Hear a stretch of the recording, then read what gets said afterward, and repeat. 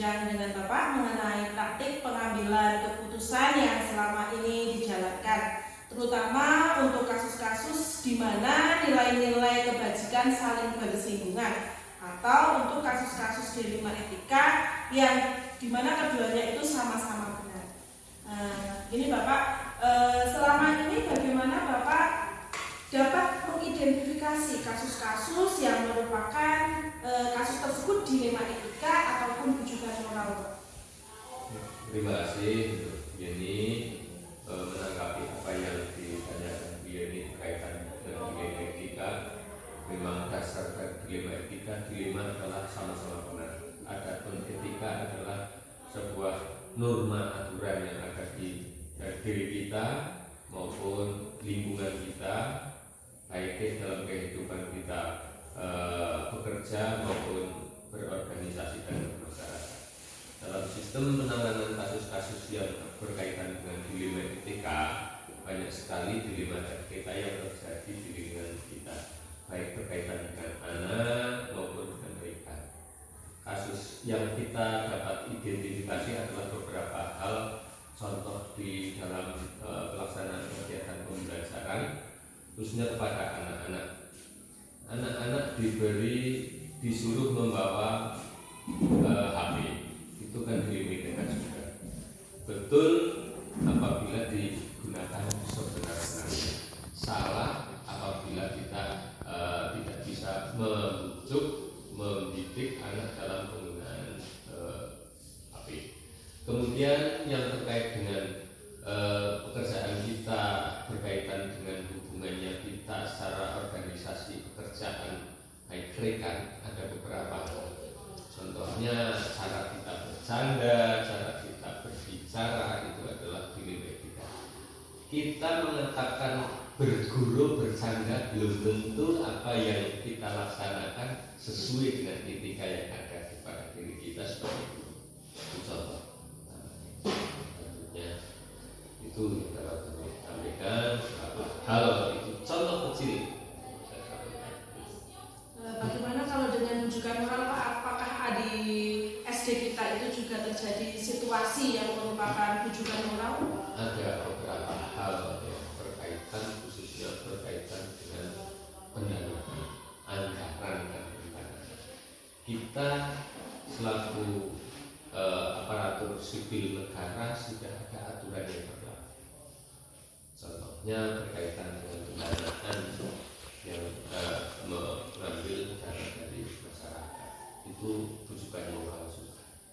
Berkaitan dengan itu, contoh kita harus menggali dana dari masyarakat. Peraturannya tidak boleh, tapi kita sangat membutuhkan. Itu contoh kecil, contoh lainnya juga kita bisa memberdayakan masyarakat, tetapi sebetulnya itu tidak diperkenankan.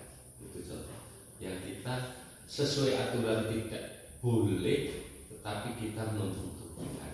Itu contoh seperti itu. Ya, Pak. Selanjutnya, apakah selama ini bagaimana Bapak menjalankan pengambilan keputusan di sekolah Bapak, terutama untuk kasus-kasus di mana ada dua kepentingan itu yang sama-sama benar atau sama-sama mengandung nilai kebajikan?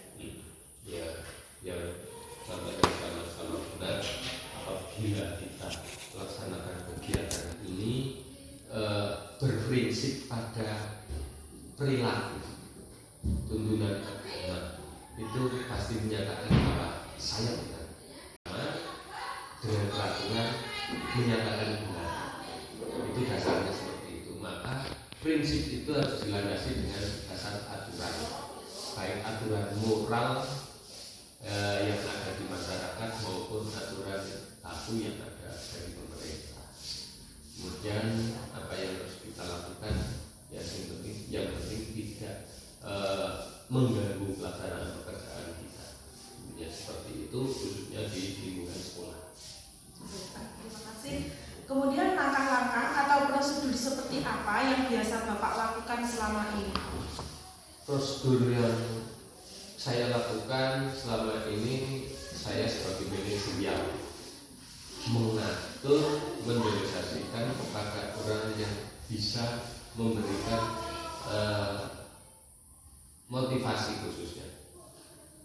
prinsip dilema ITK itu akan berkaitan dengan standar moral kita masing-masing. Sesuai dengan harapan dari kita bersama, kita akan selamat dalam diri pribadi maupun selamat dalam pekerjaan. Ya, seperti itu.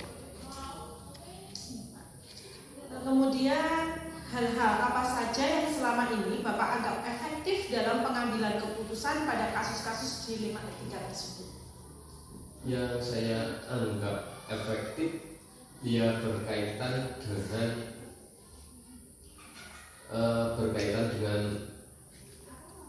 keuangan, kaitan keuangan.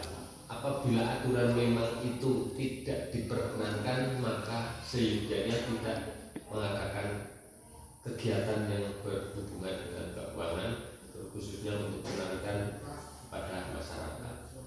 Kemudian berkaitan dengan prosedur kegiatan pelaksanaan pembelajaran kelas, guru-guru harus memberikan suasana yang sejuk kepada anak-anak. Bagaimanapun juga anak-anak adalah tuan kita, artinya kita memang harus menggambar, walaupun tanda kutip bilangnya enggak unggul tata krama sopan santun, tetapi bagaimanapun juga karena aturan yang sudah ditetapkan oleh pemerintah bahwa kita tidak boleh berkaitan dengan tindak dosa besar. Itu perlu sebagai catatan bersama bahwa kegiatan-kegiatan yang itu saya anggap efektif. Kita harus berkaitan dengan siswa, berhubungan baik dengan siswa, kemudian memberikan layanan yang terbaik pada siswa, itu efektif. Saya kira yang efektif itu. Selama ini adakah tantangan dalam pengambilan keputusan tersebut, Pak? Jika ada, kira-kira tantangan apa yang ada dalam pengambilan keputusan pada kasus-kasus dilema etika tersebut?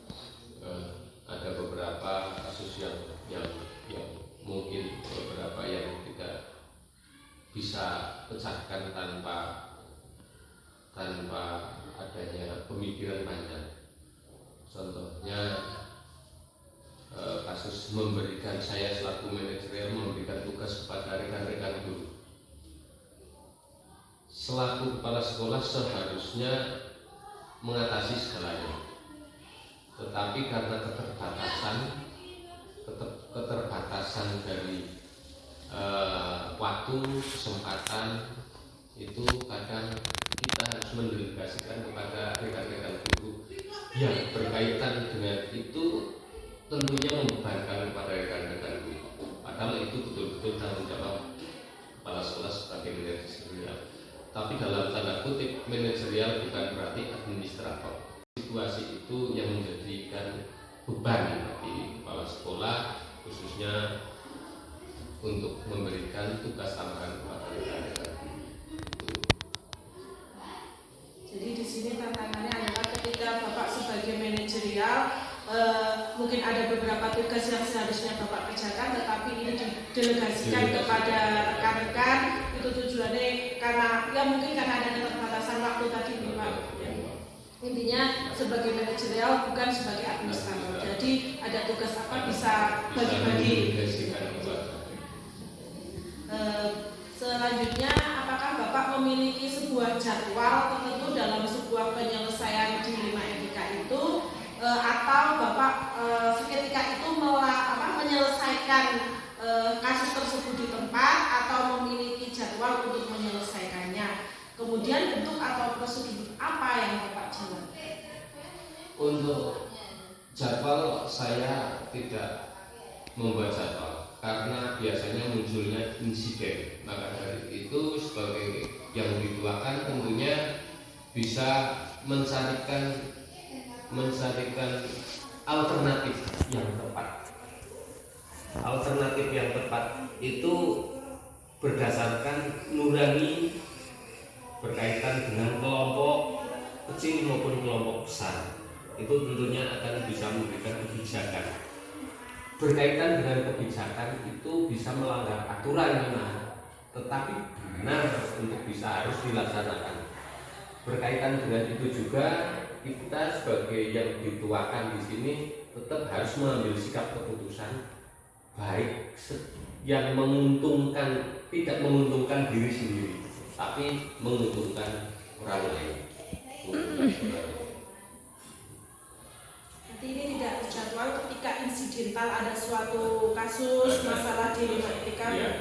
baru saja bagaimana pemecahannya yang berkaitan dengan hal itu, tapi harus melihat situasi dan kondisi.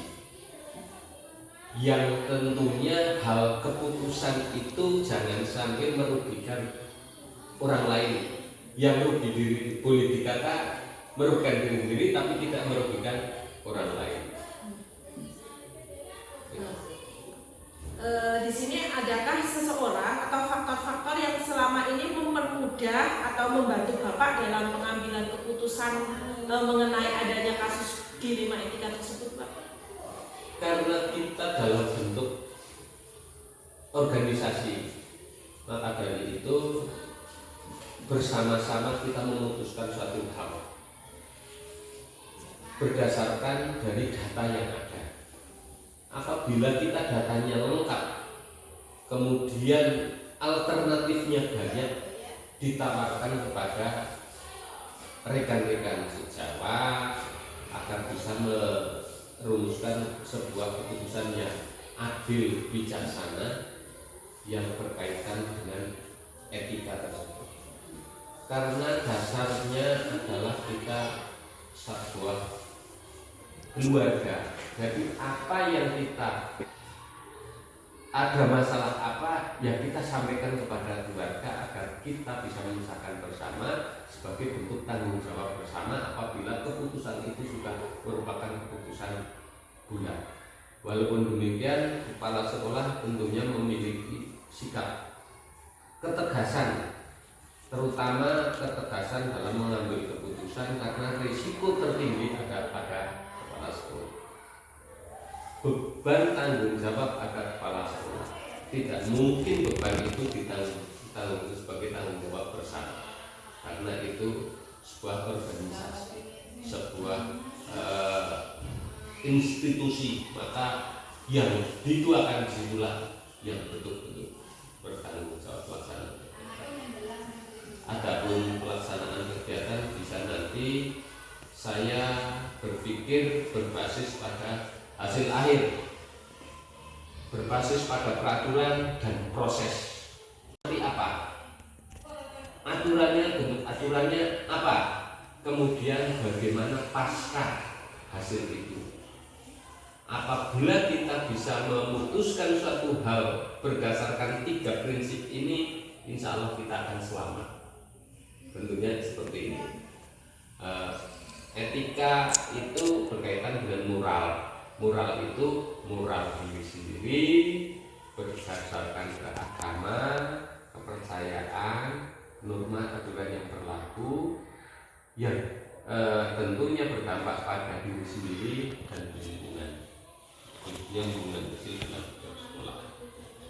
Saya berpesan prinsip etika ini harus kita pegang bersama, melihat hasil akhirnya nanti insya Allah seperti apa, prediksinya seperti apa, kemudian konsep peraturannya apa, menurun pada sikap peduli pada orang lain.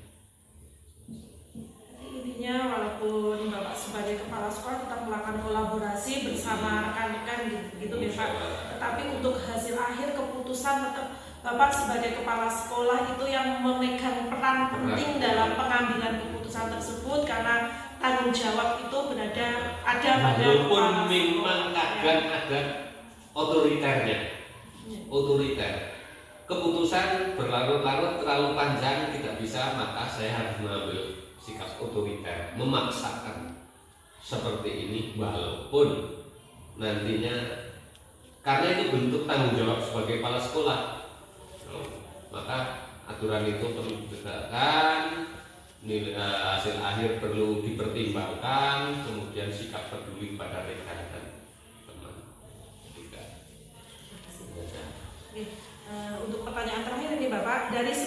yang telah disampaikan tadi, pembelajaran apa yang dapat Bapak petik dari pengalaman Bapak mengambil keputusan dilema etika tersebut? Ya, pelajaran yang penting kita berperilaku baik kepada orang lain. Yang kedua, menjunjung prinsip yang ada pada diri sendiri, prinsip ada masyarakat, prinsip sesuai dengan aturan peraturan yang berlaku, baik secara moral agama maupun sosial masyarakat. Dan kita diharapkan orang lain terdampak baik, diri sendiri juga mendapatkan hasil yang baik. Motivasi ini yang membangkitkan saya untuk bisa melakukan kinerja sebaik-baik.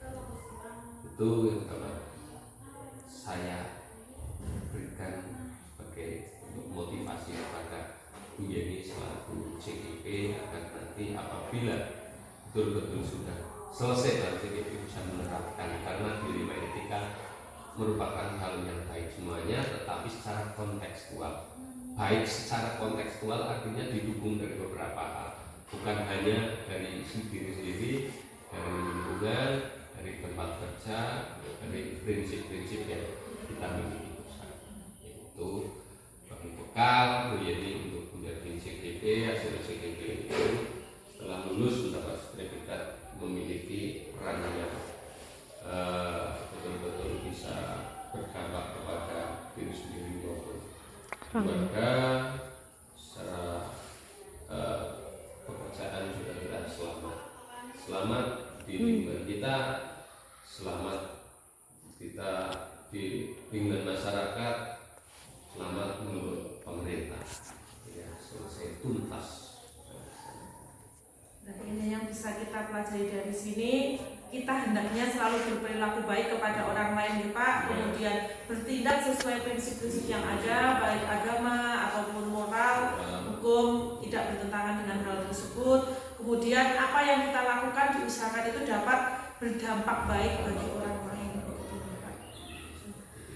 Kalau saya boleh minta satu contoh, apakah satu contoh real yang akhir-akhir ini Bapak hadapi tentang dilema etika itu, ada kasus dilema etika apa dan Bapak itu menyelesaikannya bagaimana, pilih yang mana, kira-kira adakah untuk kegiatan akhir-akhir ini, Pak? Oke. Dalam benak pikiran saya itu adalah etika dari tidak menyinggung masalah kita menjudge seseorang. Contohnya teman kita, rekan kita Pak Agus dalam prinsip dia mengejar karir. PPG sudah saya beri waktu, CGP oke saya beri waktu, dan nantinya tentunya akan merambat kepada PG. Dalam proses seperti itu terjadilah sebuah ketimpangan di dalam proses pelaksanaan kegiatan pembelajaran utama khususnya untuk bidang itu. Dia tidak kefokus kepada pekerjaan utama, tetapi kepada tujuan yang akhir yang akan diharapkan. Itu dilema bagi saya, tetapi penyelesaiannya saya akan memberikan penjelasan unsur-unsur apa yang harus mereka pikirkan, dia pikirkan, sehingga yang dia laksanakan itu nantinya tidak merugikan kedua-duanya, untung semuanya. Contohnya dia akan PP, berarti waktunya harus di luar jam pembelajaran, fokusnya pada pekerjaan utama, sehingga ada jalan keluar, dia bisa memberikan pelayanan kepada siswa dan dia juga bisa memberikan kepada pelayanan pada diri sendiri. Artinya dia ingin mengusahakan karir karena ada waktu dan kesempatan, maka waktunya harus dibagi pembagian waktu. Waktu momen yang tepat ya sekarang memang, karena momennya itu ada, kesempatannya dia ada, tinggal bagaimana mengatur waktunya, membagi tugasnya. Itu dilema, salah satu dilema. Dilema kita yang kedua kepada siswa. Kita dekat dengan siswa, dekat sekali dengan siswa seperti melebihi anak kita sendiri. Tetapi itu akan menjadikan sebuah bumerang kepada kita. anak-anak tidak santun lah, anak-anak bisa sesuatu yang tidak kita inginkan. Tapi dalam hati kita, saya juga tidak bisa menjamin kehidupannya, utamanya seperti itu. Kedepannya dia seperti apa, lingkungan yang akan membentuk. Kita tidak bisa mencapai ini harus seperti ini, nantinya akan seperti ini, tidak bisa. Maka dari itu kita sebagai orang tua yang dituakan di lingkungan itu, khususnya ini Bapak Ibu guru yang ada dalam kelas, bagaimanapun juga bersikap adil, bijaksana, berprinsip pada etika dan perilaku, baik dasar prinsip agama, saya sampaikan, sosial, prinsip kerja, aturan yang telah kita ikut, itu saja. Ya, terima kasih Bapak untuk bincang-bincang pada siang hari ini. Kegiatan pada siang hari ini sangat bermanfaat bagi saya. Semoga untuk kedepannya saya bisa mengikuti jejaknya dari Pak Budi, bisa mengambil keputusan dengan bijak, sebisa mungkin tidak merugikan banyak orang, bisa bermanfaat untuk orang lain. Itu saja, selamat. Pikir saya berpesan, logika kita berjalan. Kalau logika kita berjalan, naluri kita berjalan, moral kita juga berjalan. Adapun pelaksanaan pekerjaan untuk selanjutnya mungkin tantangannya lebih berat. Etika yang ada berkembang, selalu berkembang. Apa yang kita laksanakan, semoga Allah meridhoi semuanya. Ya, ini apabila sudah lulus, saya berpesan nanti dalam dan karir tentunya akan dikejar, kita berkompetisi yang baik agar nantinya hasilnya betul-betul mendapatkan hidayah dari Allah. Itu petunjuk dari Allah yang utama. Terima kasih Bapak untuk waktunya. Wassalamualaikum warahmatullahi wabarakatuh. Assalamualaikum warahmatullahi wabarakatuh. Selamat siang Bapak. Waalaikumsalam warahmatullahi wabarakatuh. Selamat siang. Mohon maaf mengganggu waktunya nih Pak. Bolehkah saya berbincang-bincang sebentar Pak? Ini boleh monggo. Kali ini saya ingin berbincang-bincang dengan Bapak mengenai praktik pengambilan keputusan yang selama ini dijalankan, terutama untuk kasus-kasus di mana nilai-nilai kebijakan saling bersinggungan, atau untuk kasus-kasus dilema etika yang keduanya sama-sama benar, Pak. Untuk pertanyaannya saya ingin menanyakan yang pertama kepada Bapak, selama ini bagaimana Bapak dapat mengidentifikasi kasus-kasus yang merupakan dilema etika ataupun kasus bujukan moral, Pak? Untuk mengidentifikasinya kita perlu berpikir tentang kasusnya itu. Jika sebuah kasus yang situasi di mana keduanya benar tapi bertentangan dalam mengambil keputusan, maka itu adalah disebut dengan dilema etika. Nah, sedangkan kalau ada sebuah kasus yang satu benar, yang satu salah, ketika mengambil keputusan juga itu adalah merupakan bujukan moral, seperti itu. Berarti kalau misalnya kasus itu kedua-duanya sama-sama benar, itu merupakan dilema etika nih Pak. Kalau mungkin itu kasus di salah satu pihak itu benar, tapi udah tahu di satu pihak itu memang salah, itu namanya bujukan moral, gitu nih Pak. Kemudian selama ini bagaimana Bapak menjalankan pengambilan keputusan di sekolah Bapak, terutama untuk kasus-kasus di mana ada dua kepentingan yang sama-sama benar atau sama-sama mengandung nilai kebajikan, Pak? Nah, sebelum mengambil keputusan, tentunya kami atau saya akan mengidentifikasi masalah yang terjadi terlebih dahulu. Kemudian kita menentukan siapa pihak yang terlibat, lalu mengumpulkan fakta-faktanya yang ada dan seterusnya sehingga mampu mengambil keputusan yang tepat bagi pihak-pihak yang bermasalah itu. Nah, dalam mengambil keputusan ini tentunya saya juga akan bekerja sama dengan pihak-pihak yang terkait tersebut, mengutamakan prinsip kekeluargaan, musyawarah untuk mencapai mufakat atau sepakat, seperti itu. Berarti intinya ada suatu kolaborasi dengan rekan sejawat begitu ya Pak? Betul, bukan hanya rekan-rekan sejawat, kita bisa juga melibatkan dengan komite juga. Dengan masyarakat sekitar dengan begitu. Masyarakat sekitar. Kemudian langkah-langkah atau prosedur seperti apa yang biasa Bapak lakukan selama ini untuk menangani atau menyelesaikan masalah-masalah tersebut? Nah, langkah yang pertama yang saya lakukan adalah memanggil kedua belah pihak yang bermasalah tersebut untuk dimintai keterangan supaya mengetahui mana letak permasalahannya atau akar masalahnya. Nah, apa pemicunya serta menemukan bagaimana solusi yang terbaik yang akan kita ambil atau menjadi keputusan dengan tidak merugikan salah satu pihak, dan jika salah satu pihak itu ada yang dalam mengambil keputusan itu kurang tepat, bisa menerima dengan lapang dada seperti itu. Berarti Bapak ini mengidentifikasi masalah dulu dari kedua belah pihak, mencari alasannya, nggih Pak. Nggih. Kemudian baru menemukan bagaimana solusinya untuk permasalahan tersebut. Diharapkan tidak ada yang merasa dirugikan. Selanjutnya Bapak, hal-hal apa saja yang selama ini Bapak anggap efektif dalam pengambilan keputusan pada kasus-kasus yang dihadapi tersebut?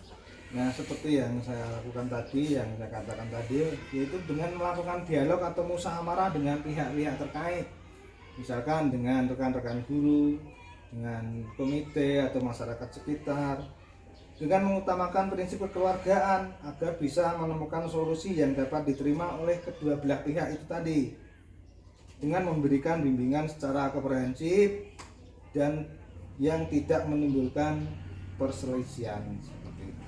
Solusi yang memang benar-benar bisa diterima oleh kedua belah pihak tersebut. Pak, kemudian hal apa saja yang selama ini merupakan tantangan bagi Bapak dalam pengambilan keputusan dalam kasus-kasus dilema etika tersebut? Nah, selama saya menjadi kepala sekolah di SD Negeri 1 Teledo ini, tantangan yang saya hadapi dalam mengambil keputusan-keputusan itu adalah bagaimana cara mencari solusi yang terbaik itu, atau menemukan jalan keluar yang terbaik bagi semua pihak yang terkait dengan masalah tersebut dengan resiko yang seminimal mungkin. Nah, tentu saja hal ini harus mendapat dukungan yang positif dari semua keluarga sekolah atau pihak-pihak yang terkait tersebut. Berarti tantangannya ini di bagian bagaimana mencari solusinya, Gitu. Berusaha untuk apabila ada resiko, itu resikonya diminimalisir, begitu Betul, ya Pak? betul. Baiklah, untuk kemudian yang ingin saya tanyakan adalah apakah Bapak memiliki sebuah jadwal tertentu dalam dalam penyelesaian kasus dilema etika tersebut, ataukah Bapak langsung menyelesaikan masalah tersebut di tempat? Jika ada, kemudian bentuk atau prosedur seperti apa yang Bapak biasa lakukan? Nah, pada saat kita menemukan kasus dilema etika, kita tidak menentukan jadwal tertentu. Jadi kita langsung menyelesaikan jika ada kasus atau masalah terjadi, kita langsung melakukan pertemuan dengan pihak-pihak yang terkait yang menimbulkan perselisihan tersebut, dengan melibatkan berbagai pihak tadi, ada dewan guru, dengan komite atau warga sekitar, bahkan sampai dengan pengawas sekolah, tergantung besar kecilnya permasalahan tersebut. Jadi kita tidak langsung melibatkan semua orang, itu tidak, tapi ya melihat akar masalahnya terlebih dahulu, besar kecilnya itu tadi. Berarti tidak terjadwal ya Pak, secara Tidak. insidental. Apabila Betul, ada masalah, saat langsung itu diselesaikan. juga bisa diselesaikan, melibatkan beberapa orang yang terlibat Betul. dengan bersama komite sekolah begitu. Iya. Adakah seseorang atau faktor-faktor yang selama ini mempermudah atau membantu Bapak dalam pengambilan keputusan tersebut, Pak? Nah, setiap permasalahan yang selalu saya bawa ke dalam forum musyawarah atau rapat dewan guru agar lebih cepat menemukan solusi yang terbaik. Jadi tidak ada satu orang yang ditunjuk untuk menjadi pendengar dan sebagainya, tidak. Tapi kita adalah berdasarkan mufakat, berdasarkan konsultasi dengan pengawas, dengan komite sekolah, kita melakukan kolaborasi sehingga masalah-masalah itu bisa teratasi dengan sebaik mungkin. Ya Pak, misalnya dalam suatu permusyawaraan itu kan biasanya banyak pendapat-pendapat, ya. Lalu bagaimana sikap Bapak sebagai kepala sekolah yang di sini perannya sebagai peran manajerial, ya Pak? Yeah. Dengan banyaknya pendapat-pendapat yang bermunculan itu, kira-kira apa yang Bapak lakukan, Pak? Bagaimana? Nah, karena dari masukan-masukan dari berbagai pihak itu kita tampung. Jadi kita pecahkan secara bersama-sama dalam musyawarah tersebut apa langkah yang terbaik yang akan kita lakukan. Jadi berdasarkan mufakat itu yang kita sepakati. Berarti ini ya berdasar walaupun banyak pendapat tetap mufakat di situ. Bapak sebagai kepala sekolah manajernya tidak langsung menjudge ini usulan yang terbaik begini-begini tidak, tapi tetap berdasarkan musyawarah ya Pak. Kemudian dari semua hal yang telah disampaikan tadi, pembelajaran apa yang dapat Bapak petik dari pengalaman pengambilan keputusan tersebut, Pak? Keputusan apapun harus berdasarkan mufakat itu tadi, bukan merupakan keputusan pribadi saya, bukan. Nah, kita membiasakan diri untuk bertanggung jawab setiap keputusan. Masing-masing anggota, masing-masing yang terlibat itu harus bisa bertanggung jawab atas keputusan yang telah kita sepakati bersama tersebut. Seperti itu. Berarti intinya walaupun kita sebagai pemimpin dalam sebuah instansi itu kendali bukan semata-mata ada pada kita nggih Pak, tetapi tetap semuanya perlu kolaborasi, perlu bermusyawarah sehingga menghasilkan sebuah kata mufakat tadi itu nggih Pak. Itu yang saya lakukan selama ini seperti itu. Terima kasih Bapak. Bolehkah saya meminta mungkin salah satu contoh real ketika Bapak ada suatu kasus dilema etika di sekolah Bapak, mungkin yang akhir-akhir ini terjadi, ada kasus dilema etika apa dan bagaimana Bapak menyelesaikan kasus tersebut? Nah, beberapa hari yang lalu terjadi bahwa ada peserta didik yang sama-sama ada perselisihan, ada sebuah kasus. Mereka menyatakan semuanya benar. Nah, kita melibatkan komite juga, melibatkan orang tuanya, kita duduk bersama. Oh, ini loh masalahnya seperti ini. Jadi kita tidak menjudge ini salah satu yang salah, salah satu yang benar, bukan. Tetapi mari kita bersama-sama untuk memperbaiki kekurangan masing-masing dari peserta didik tersebut. Seperti itu. Terima kasih banyak Bapak. Dari kegiatan wawancara ini saya mendapatkan ilmu baru dari Bapak, bagaimana kita walaupun nantinya sebagai pemimpin orang nomor satu di instansi tersebut, tetapi masih tetap membutuhkan orang lain untuk berkolaborasi, bermusyawarah hingga mendapatkan satu kata mufakat. Terima kasih Bapak atas ilmunya yang diberikan kepada saya pada hari ini. Terima kasih kembali Ibu, saya sudah diberi kesempatan untuk menyampaikan apa yang telah saya lakukan selama ini, seperti itu. Oke, terima kasih untuk waktunya nih Pak. Saya akhiri, wassalamualaikum warahmatullahi wabarakatuh. Waalaikumsalam warahmatullahi wabarakatuh.